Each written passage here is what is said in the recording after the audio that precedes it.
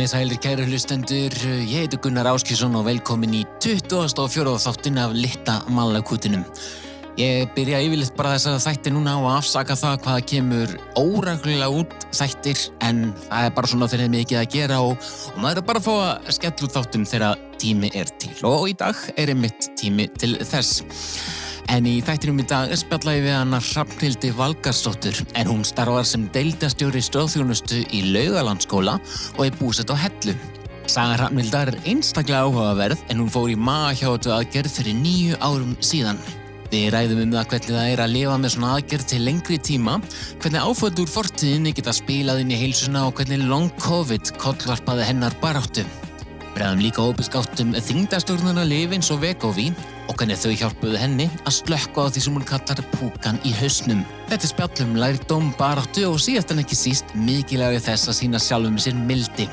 Hér kemur sagan hennar Hrafnhildar Valgarðsdóttur.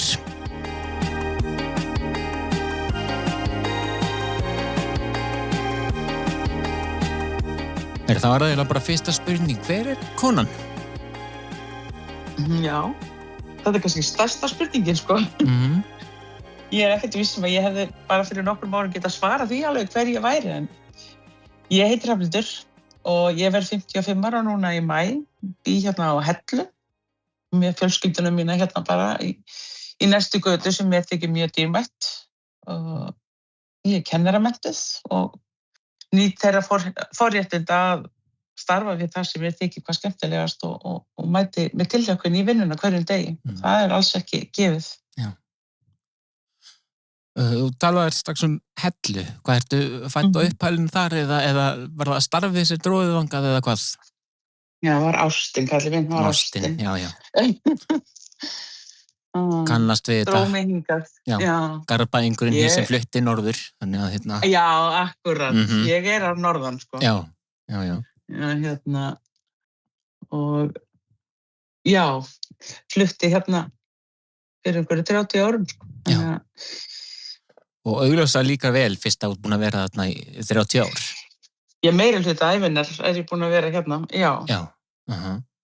Þú talar um að sérst að norðan áttur góða barnæsku fyrir norðan. Já, ég átti það alveg. Ég líti á þannig. Ég er kannski þannig líka, ég reynir svona að einblína frekar á það jákvæða og hérna. En já, ég átti mjög góða æsku. Ég er hérna næst yngst, við erum 8 systkinin og hérna það var alltaf fjör á heimilinu, sko, og alltaf margt manninn, þannig að það var eiginlega ómögulegt að láta sig leiðast, sko. Og núna eftir að ég náttúrulega bara flutti hingað norður til Akureyrar til dæmis, sko, þá hérna það nú oft fólk að tala um að þetta eigi nú helst að verða eitthvað svona borg eða svona, en fyrir 30 árum ertu kannski ekki að frá Akureyri eða bara Nei, Sauðárkrók. Sauðárkrók, já, einmitt, ok. Var svolítið svona hérna meiri, hvað segir maður, var eitthvað svona smábæjarbræður af króknum á þessum tíma?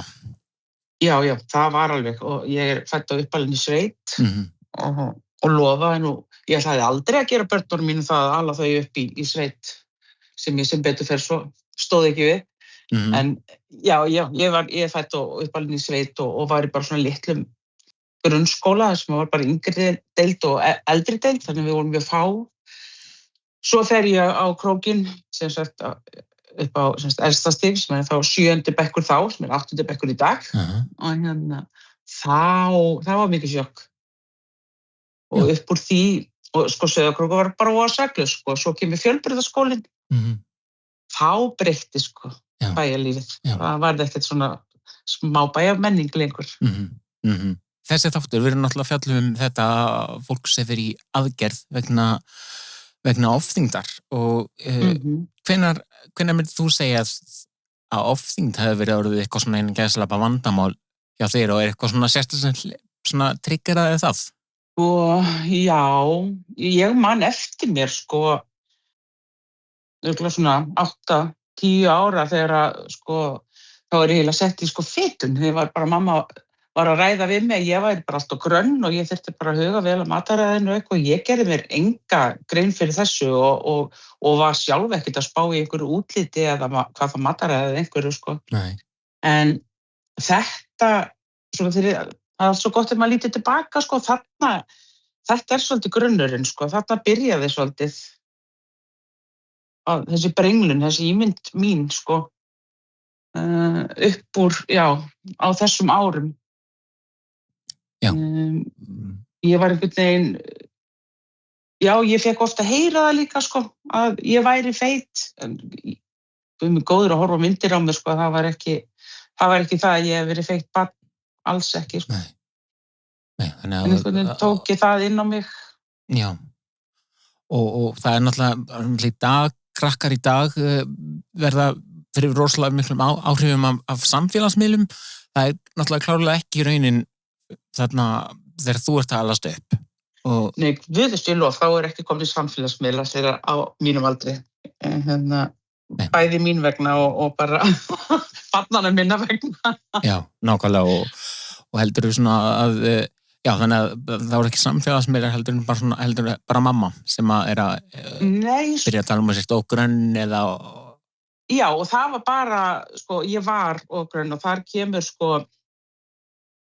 kemur rótin. Ég þurfti svolítið að leita að þessari rót og gerði það svo sem bara, og fékk aðstoð við það, en bara á fullorðinsárum, sko.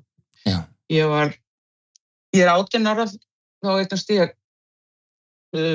dóttur mína og er þá bara í því mesta svartnætti held ég sem að ég hef gengið í gegnum og hún var og er ljósið í lífi mínu, þannig að á þessum tíma var mamma að berjast í krabbamein og deyr frá okkur svo bara nokkrum mánuðum síðar og hún var á 59. aldursári, þannig að hún var nú ekki, ég er að nálgast lífaldur hennar í dag sem er mjög skrítið. Já.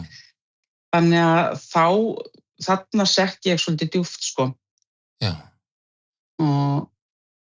Og svo sem, svo deyr hún þarna frá okkur og þar tók við, var ég mjög erfið tími og ég tala stundum sko, þarna gekk ég svolítið í dalinn dimma sem að fólk talar og en ljósið mitt, dóttir mín, hún hélt mér einhvern veginn, hélt mér alltaf svona á staðnum, við erum allavega báðar til í dag og njótum lífsins, þannig að svo flytti ég á Suðurlandi þegar hún er eitthvað 5 ára og eitthvað og verði ástfangin og þá byrjaði þessi uppbygging svona ósjálfrátt kannski eiginlega, ég fékk kannski stuðningi til þess, ég fer aldrei í gegnum almennilegt sorgarferli að missa mömmu mína, 18 ára gömul, 9 ára mamma. Já, og það var kannski ekkert mikið svoleiðis í boði á þeim tíma? Nei, og bara ekkert rætt, maður tók þetta á kassan, það var bara svolítið svoleiðis og ég er svolítið svoleiðis, bara tekið þetta á kassan, en það, svo pabbi minn deyr svo, 15 árum setna, sattur líta bara og kannski búin að bíða bara eftir því að komast til mömmu minnar, en þá kemur sjokki, þá fer ég að það er bara þannig einhvern veginn í lífinu, þú kemst ekkert upp með það að taka allt á kassan, það bankar alltaf upp á. Já. Og þarna bankaði sorgin heldur betur, þannig ég sýrði foreldra mína sem báða í einu, þó það hefur verið 15 ára á milli. Og þarna þegar pabbi deyr þá er ég einmitt nýbúin að eignast seinna barnið mitt og þá þurfti ég verulega að taka á því og vinna í sjálfur mér. Þú kemst aldrei upp með að taka allt bara á kassan, en þarna held ég að sé rótin, þetta er svona áfall. Já, einmitt. Og svo spyr ég nú alltaf fólk líka því sko með fordóma og hefur orðið sjálf fyrir einhverjum fordómum vegna þyngdar svona í gennum tíðina? Alveg pottþétt, sko, en kannski mest bara sjálfur mér, sko. En jú, bæði, þú veist, í búðum og læknum og þú veist, það var öllu, ég er nú yfirleitt mjög heilsuhraust, sko, það er ekki eitthvað sem að ég hef bara geta gert allt sem ég bara hefur langað til, en var komin í mikla ofþyngd, þannig að það var farið að hamla mér en sennilega held ég að ég sé versti gagnrýnandinn, sko. Ekki gagnrýnandi, heldur bara ég hef bara verið vond við mig, sko. Man dæmir alltaf sjálfan sig harkalegast. Ég myndi ekki tala svona við aðra. Nei, nákvæmlega. Svo líður tíminn og það hvenær hjá þér hugmyndum aðgerð, eða hvað svona, hvenær fórstu að hugsa að svona maga aðgerð geti verið eitthvað sem að myndi henta þér? Já, sko, ég er eina af þeim heppnu sem að fer í gegnum Reykjalund. Það er staður sem er náttúrulega algjör dásemd. Sammála. Það hjálpaði mér mikið, já. Þar til dæmis bara fékk ég að fyrst að heyra það að offita væri sjúkdómur. Ég væri ekki bara algjör aumingi og þetta væri allt mér að kenna hlaða á mig þessari þyngd og svona, þannig að ég fór þar á offitusvið sem að og var með frábærum hóp og við lærðum líka margt af hvor öðru og svona bara stundum hvort annað. En þar, ég fór ekki á Reykjalund með það í huga að fara í aðgerð. Ég ætlaði bara að taka til og í mínu lífi og kom mér á rétt ról og takast á þessu, ekki að fara einhverja auðvelda leið og eins og einhver aumingi. Það bara að gera þetta sjálf. Og þar, þegar ég fekk kynningu semst á hvað var í boði. Það var ekkert verið að ýta okkur í fannst mér neina aðgerð eða eitthvað svoleiðis. Þar yrði ég að ermi, þá var ermin að svona byrja. Og ég bara, vá, þetta er eitthvað sem er fyrir mig, vá, þetta fannst mér rosalega heillandi. Þannig að þá ákvað ég, bara já, ég ætlaði að fara í aðgerð. Þannig að, já, það bara. En annars hafði ég ekkert hugsað endilega út í það, sko. Og bara hrætt við svona aðgerðir og annað. Einmitt, og talar sko, að þið fengu kynningu á aðgerðunum og það er ermin sem að svona, hvað segir maður, talar til þín og kallar á þig. Já. Ég er náttúrulega algjör, ég er matarfíkill, þannig að lífið snýst allt mat. Og þú veist, bara að fara í sumarbústaðaferð þá ég hefði geta fætt sko 7 manna fjölskyldu í viku með það sem ég þurfti alltaf að nóg mat. Það bara þannig ég ætlaði bara að takast á við þetta bara sjálf. Og bara, en svo kemur að því, já, ég ákveði að fara í aðgerð og fer í viðtal við Hjörtur var skurðlæknir minn. Og hann fer svona, ég mátti ráða hvort ég veldi hjávetu eða ermi.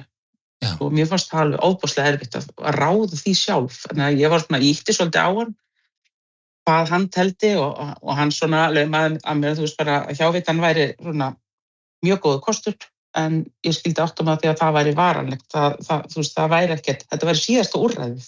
Það væri ekkert annað eftir hana. Nei. Og það sem ég var bara ákveðin því að ég ætlaði bara að gera þetta 100% og gera þetta vel, þá breytti ég og ég fór ákvað að fara í hjávetu. Já. Og fékk bara, já, góða útskýringu svo sem á því hvað felst í því að fara í hjávetu aðgerð.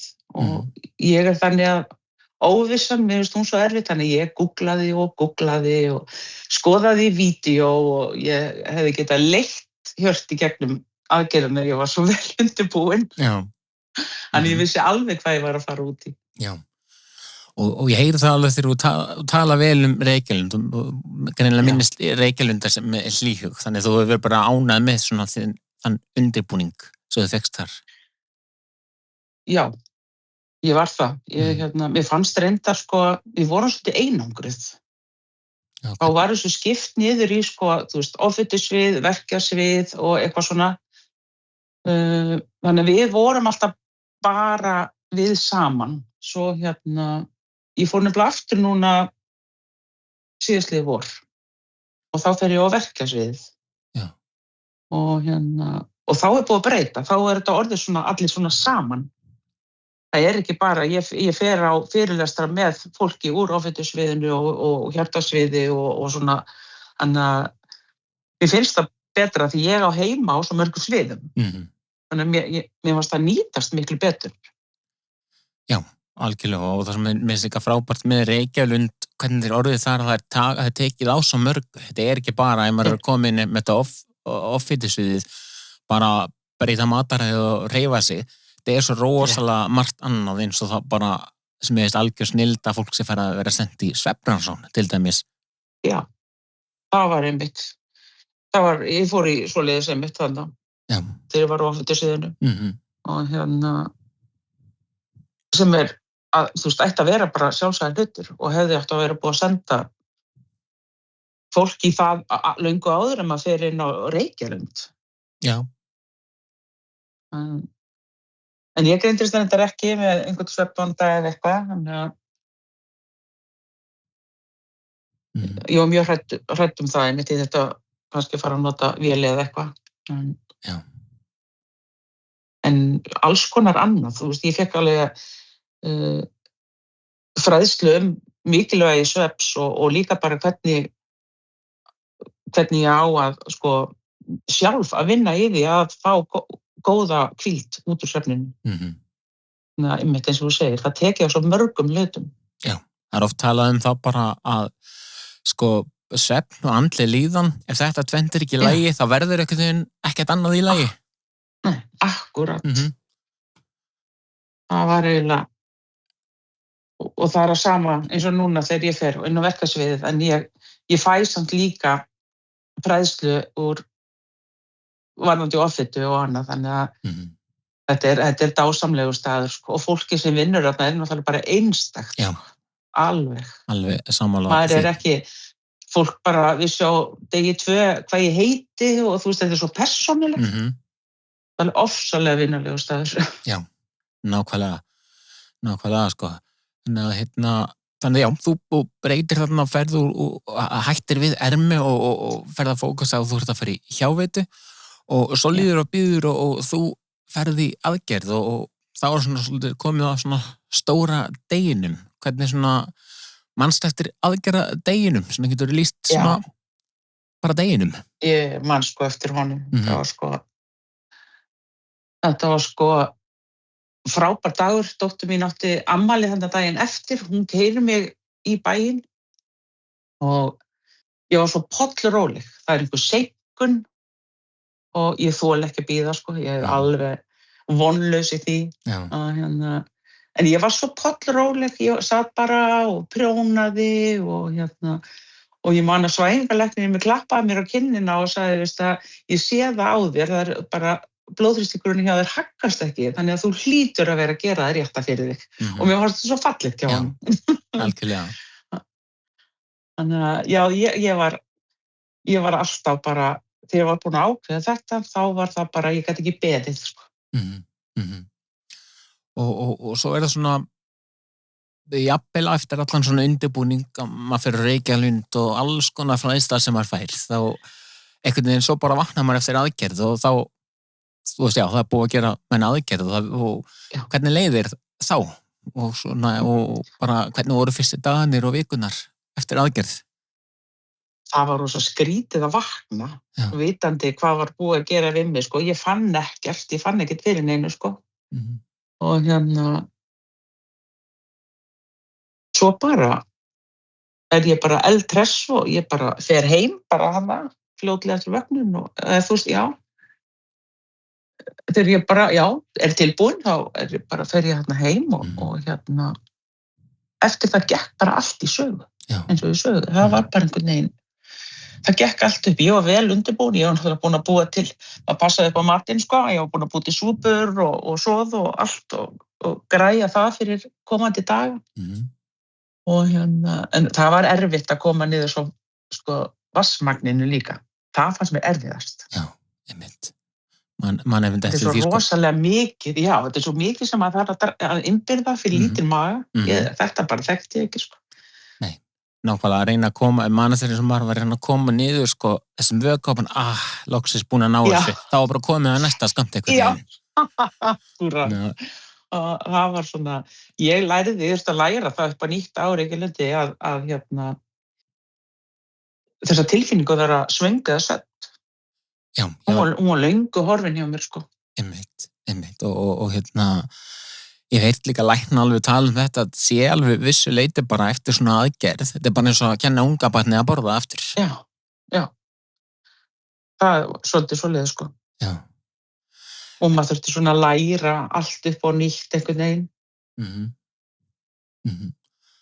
Og en svo það hitt, sko, að aðgerðin hún svona minnkar magan, en hún minnkar samt ekki hausinn alltaf á sínum stað, og hvernig svona gekk þér að svona takast á við breyttar matarvenjur og einmitt þetta sem að kannski fleiri tengja við þetta og svo gott svona, ég vil segja bara tilfinninga átt. Hvernig gekk það allt saman? Þetta gekk allt rosalega vel og ég var einhvern veginn bara, ég vann mikið í sjálfur mér og notaði þessi bergráð sem ég lærði á Reykjalundi, ég nýtti mér það alveg til hins ítrasta. Það var ekki þannig að ég hefði eitthvað svona, ég horfði á annað fólk sem farið að gera það bara svona hrinu niður.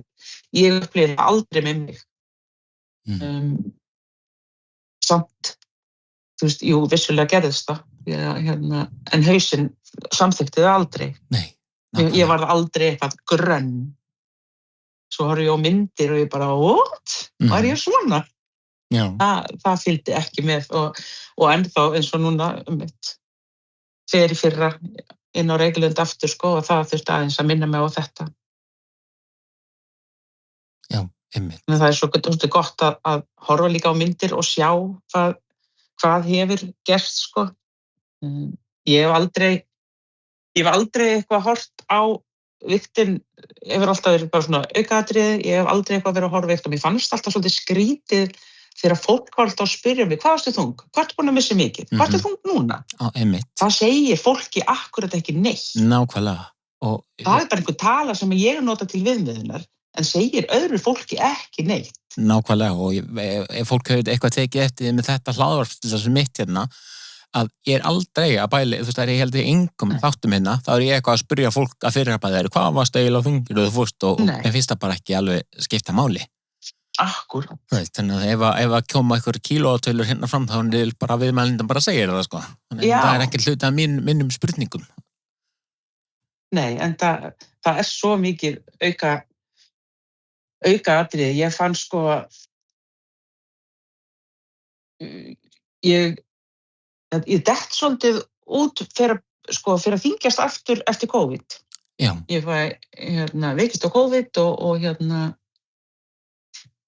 já, ég svona byrja að þyngjast og ég skil ekkert af hverju, ég alltaf að halda áfram að gera svona, ég var mjög dugleg að hreyfa mig og fara rektina og hafði gert það síðan fyrir aðgerð, sko. Og svona styrkja mig alla og ég skildi ekki af hverju, það fór að hallunda fæti hjá mér. Já. Og svo í október 23 þá fæ ég aftur COVID og bæði skiptin ég verði ekkert eitthvað veik, en þetta hefur einhver áhrif sem að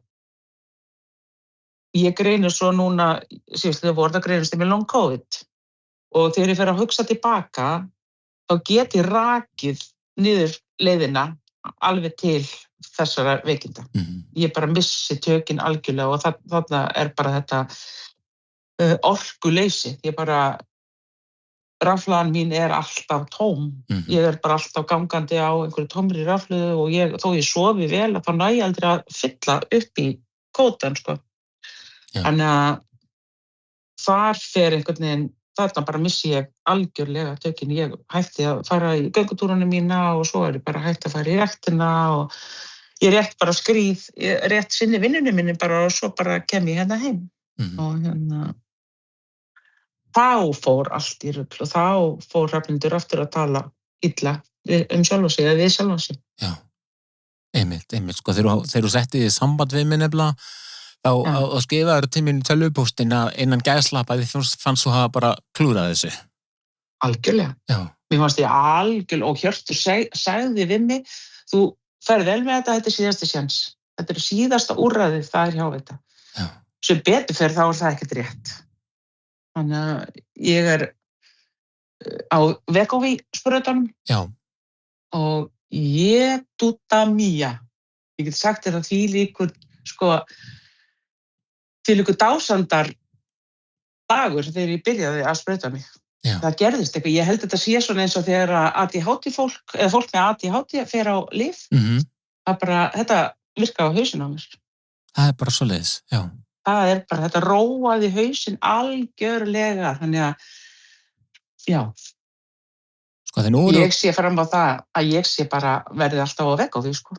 Já, það einmitt það að ég tók viðtal við hana Erlugerði einmitt í þessu hlaðvarpi og ræddi svolítið þetta líka við hana og hún einmitt segir í þessu viðtali að þetta bara mjög algengt að þetta náttúrulega bara aðgerðin og þetta til að endurstilla ákveðin efnaskipti en það bara mjög algengt samt að þetta sé svona sérstaklega á þeir sem eru hvað þyngstir byrja á að fara kannski aðgerðina og svo bætt við þessum sprautum en núna við komin út í mál sem ég þekki ekki alveg þannig nú ég eiginlega bara örugglega forvitin og margir hlustendur og talar sprautberði með þessu og það róar hausinn en hvernig svona hvað gerist bara minnkuð matarlist eða hvernig líðan sem fer mann þegar maður búin að sprauta sig fyrstu sprautunni? Sko, kona sem náttúrulega bara lifir fyrir mat. Ég þarf núna bara, sem líka slæmt, en ég þarf að minna mig á að borða. Já. Og ég ekki að spekulur í því bara allan daginn, bara hvernig ætla ég nú að elda steikin í kvöld eða hvernig ætla ég að gera fiskinn. Það matur þá bara elda ég matinn og það þarf ekkert eitthvað fússi yfir því. Þetta bara einfalt og gott, það frábært. Já. Þetta svo mikið léttir. Þú hefði mig talaði líka að þetta með út að fara í sumarbústaðið eitthvað það þarf alltaf að vera nóg að öllu að kannski aðeins meiri svona sálarrói að plana svona ferðir fyrirfram þetta snýst ekki endilega allt bara hvað að setja í körfuna í bónus algjörlega þannig og það svo ofboðslega mikið léttir að þessi að hausinn róist einmitt því það liggur náttúrulega vandinn, Það stríðið. Heilinn alltaf að senda einhver skilaboð, og það ekkert grín að vera alltaf í endalausu stríði við heilann á sér, Hann ansi klár. Svona, þú talar byrjar á þessum sprautum, og það í gennum Erlugerði eða bara heimilislækni eða? Nei, það í gennum, það reyndar sóttu fyrir mig hjá á Reykjalundi og hjá sjúkratryggingum.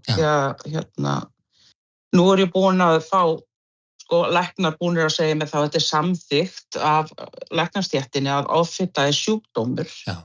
En sjúkratryggingar vilja nú aldeilis ekki samþykkja það. Nei. Samkvæmt þeim ég bara algjör aumingi og bara passa mataræðið og hreyfa mig. Þannig að þeir taka aldeilis ekki þátt í því að greiða niður lyf. Nei, ég skilja, ég veit alveg að það verið að greiða þetta niður fyrir einhverja, en ég ekki alveg viss af hverju. Það mikið veikt fólk, ég bara ekki nógu þung, ég ekki með sykursýki eða á að fá blóðþrýsting eða nógu mikið veik til þess að fá þetta niðurgreitt.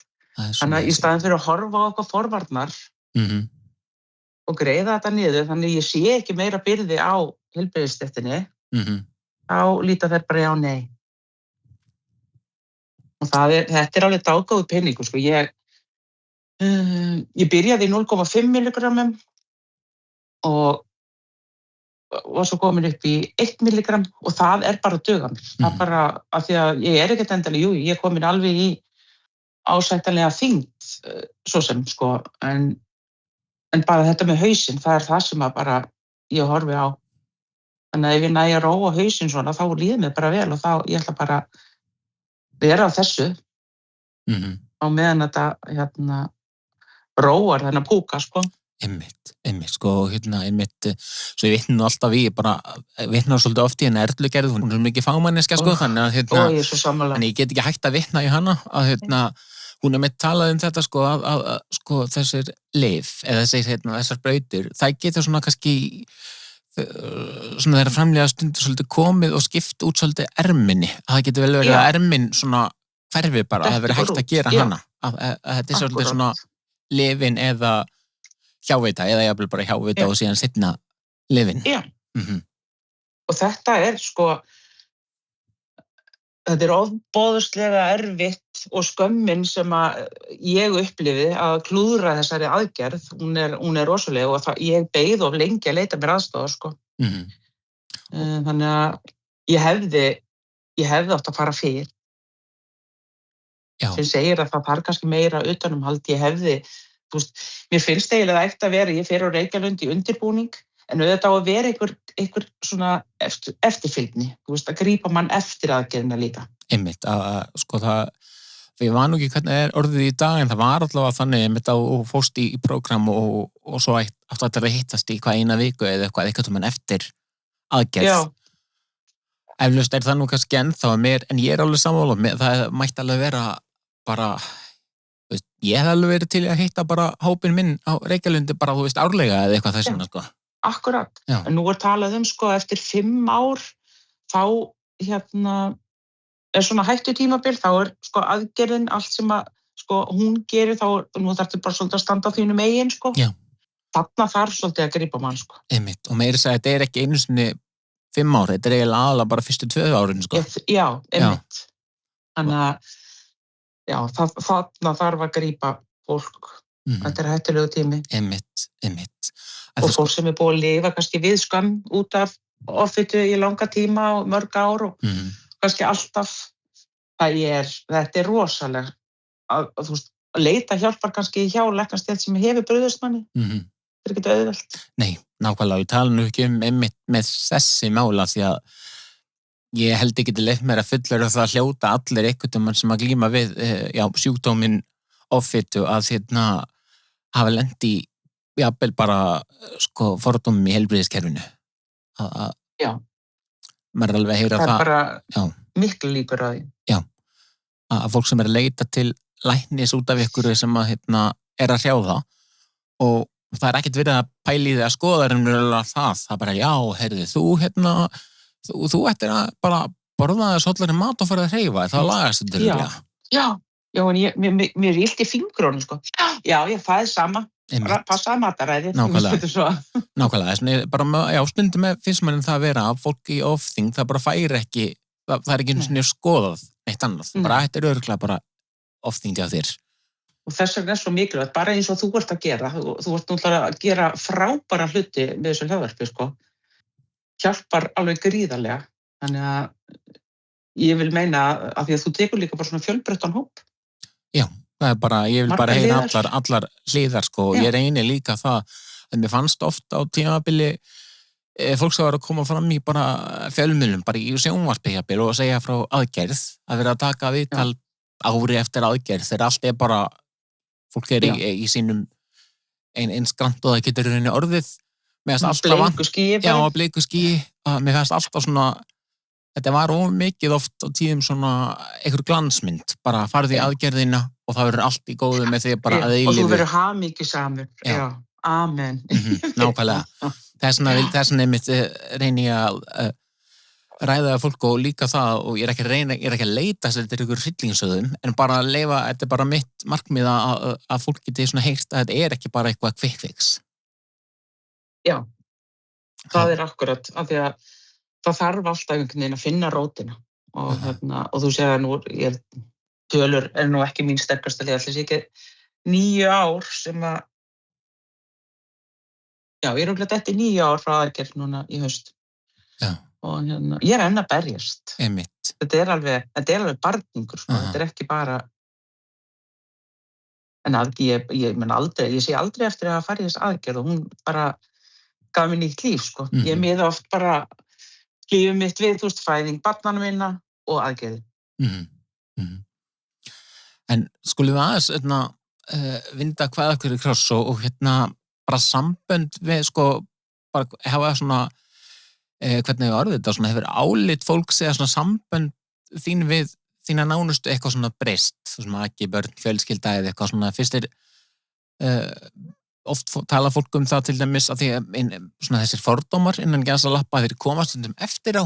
Fólk að viðra við mann bara, veistu að þú varst rosalegur þarna á tímabili og ég þarf aldrei að segja henni þá en hvað gengur vel í dag. Maður fær oft svona eitthvað svona eftir á fordóma, fyrst svona bara algjörlega. Samskipti og sambönd hafa breyst.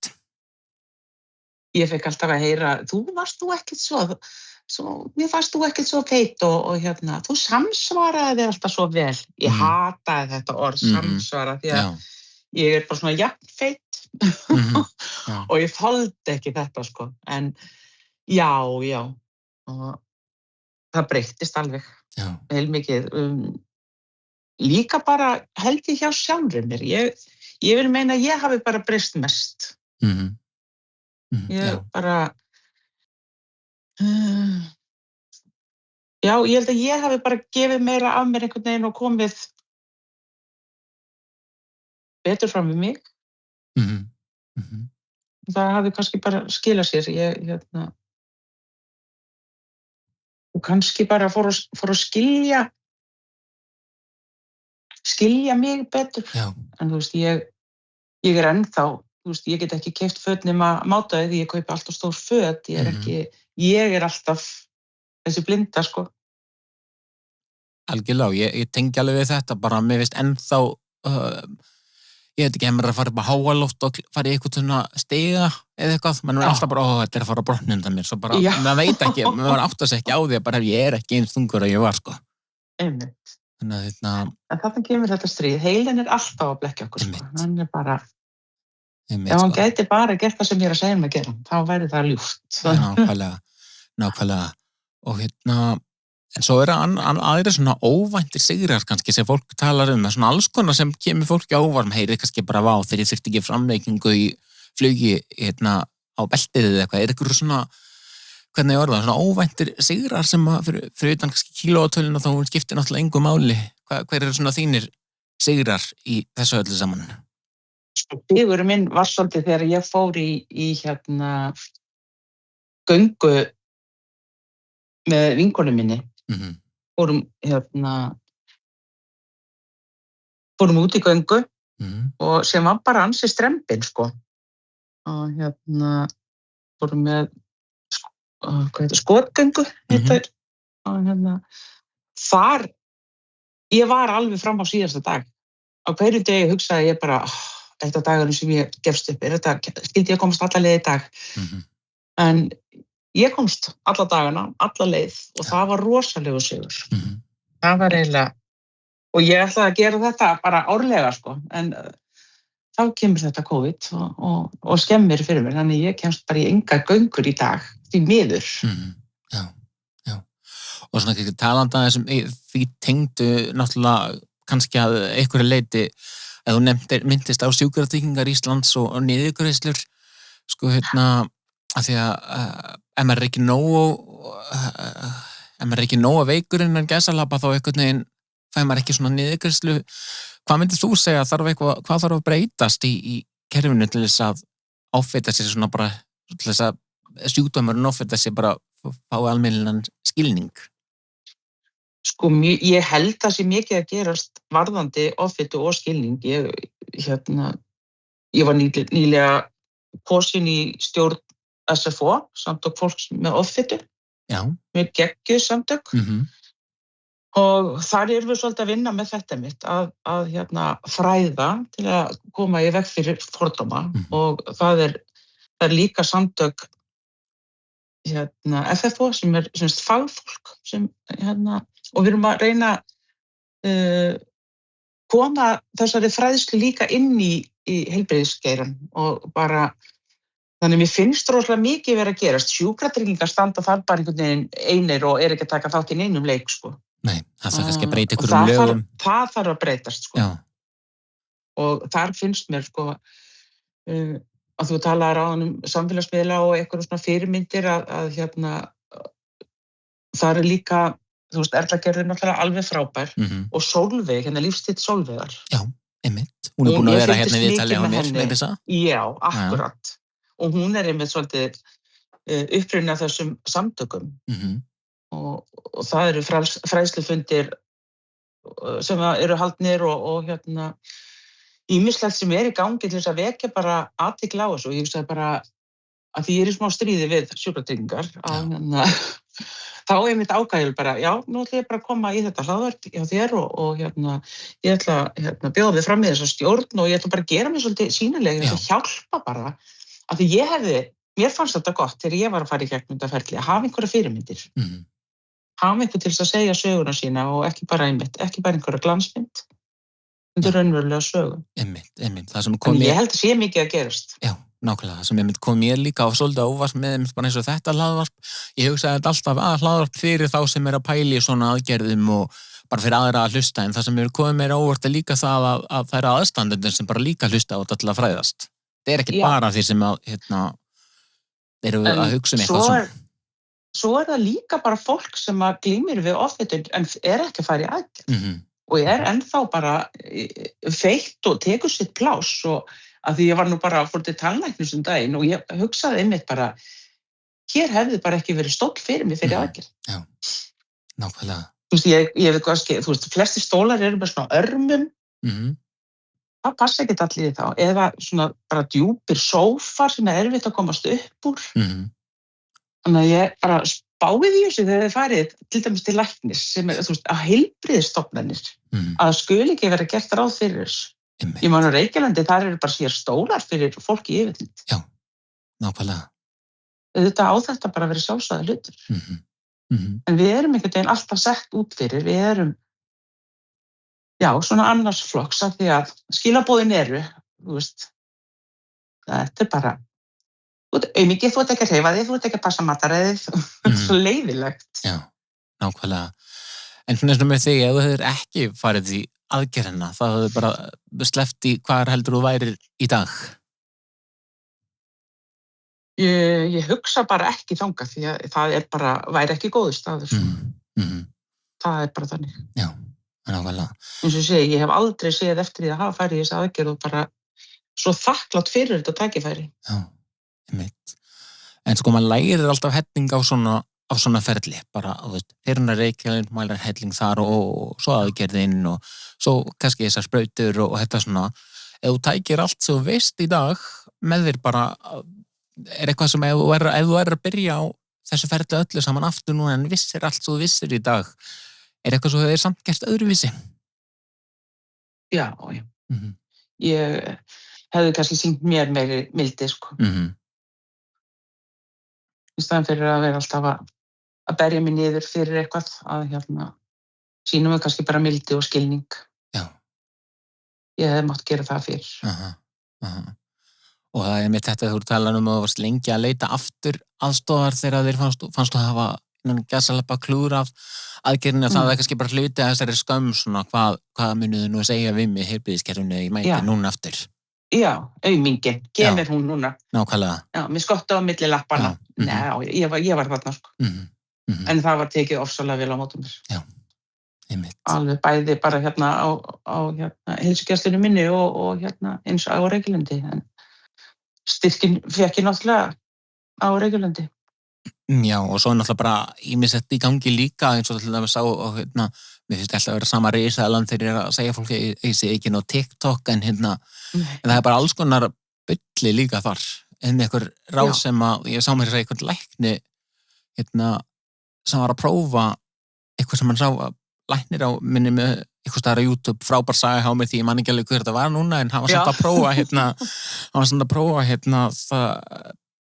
prófa eitthvað sem að hann sá á TikTok og tala bara hvað þetta er mikið rugl drekka eitthvað drast og segja bara þetta breytir engu, þetta er bara drasl og þú veist þannig að maður það eru upplýsingar út allt en svo svona geta aðeins vingsað úr því hvað það er sem að maður á nú að fara eftir.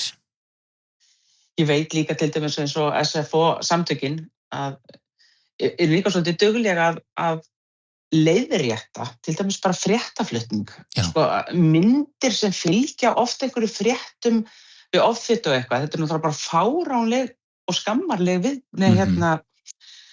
þú veist, þetta áenga veginn við. Þetta er yfirleitt einhver offeitur með súkkulaðistykki eða franskar. Og það er alltaf skilaboðin offitusjúklingar eru svona. Þannig að þessu erum við svolítið að reyna að breyta. Já, algjörlega, ég alveg á því líka þessi umræða, þetta svona eins og pendull,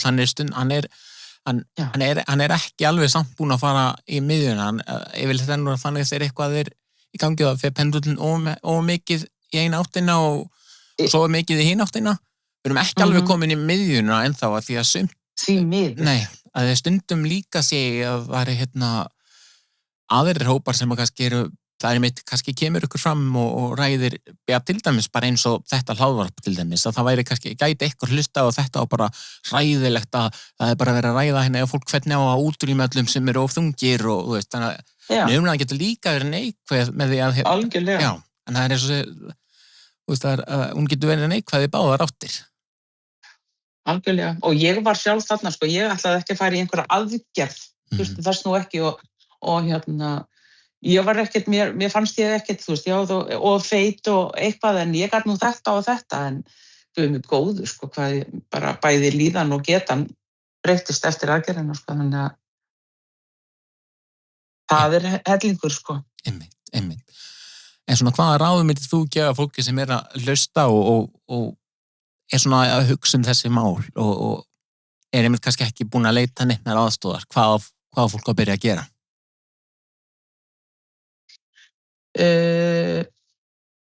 Ég myndi hlusta á þessi ráð sem við öll erum að gefa og annað og taka svo ákvörðun út frá því. Erla Gerður til dæmis með alveg frábær námskeið. Hvað heitir þetta hjá henni? Mín besta heilsa.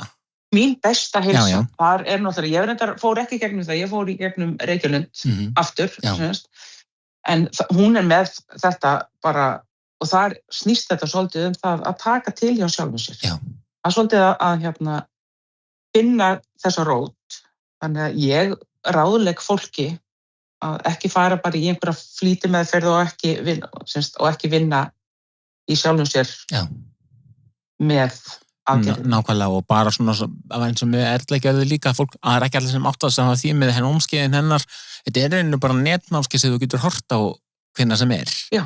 Þannig að það einu engin afsökun að bara ég alltaf að vinna og virkum dögum og þú veist, það bara farið aðgang að þessu og horfir þeir hendar.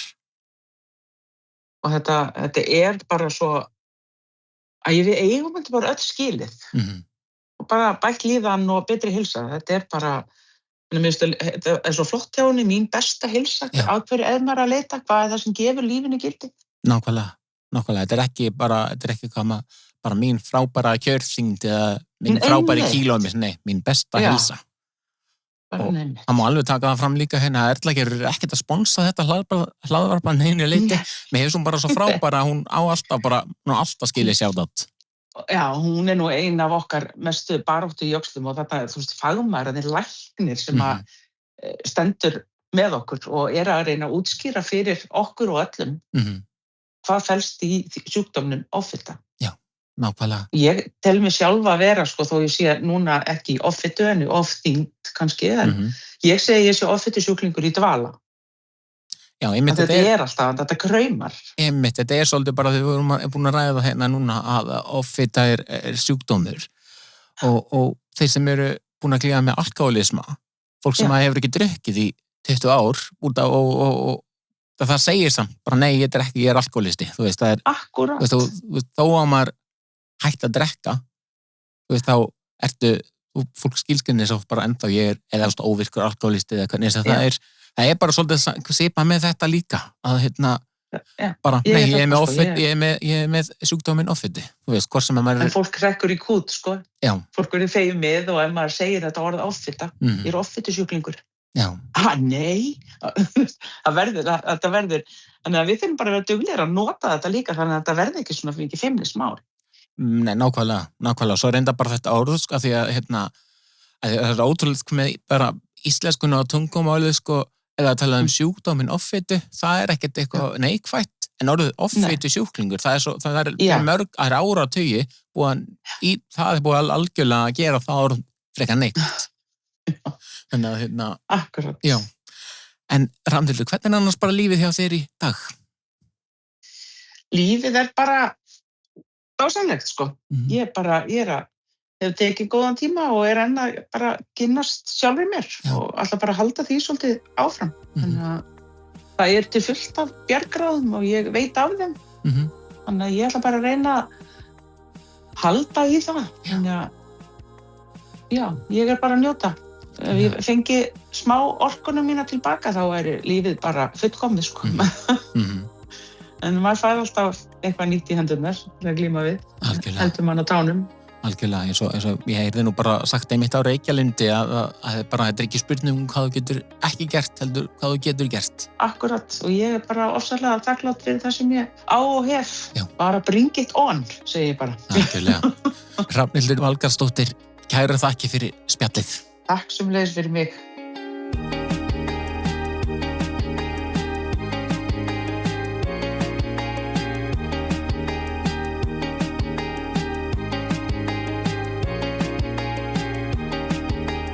Þetta var hún Hrafnhildur Valgarðsdóttir. Það svo mikilvægt að fá að heyra svona innlegar sögur af því hvernig lífið heldur áfram löngu eftir að sjálfaðgerðin af staðinn. Baráttan sem Hrafnhildur lýsir, þessi púki í hausnum og hvernig long covid getur breytt öllum. Eitthvað sem ég held að margir getur speglað sig í. Og mér fannst líka svo mikilvægt hvernig hún talaði það að sýna sjálfu sér mildi. En við erum oft okkar hörðustu gagnrýnendur.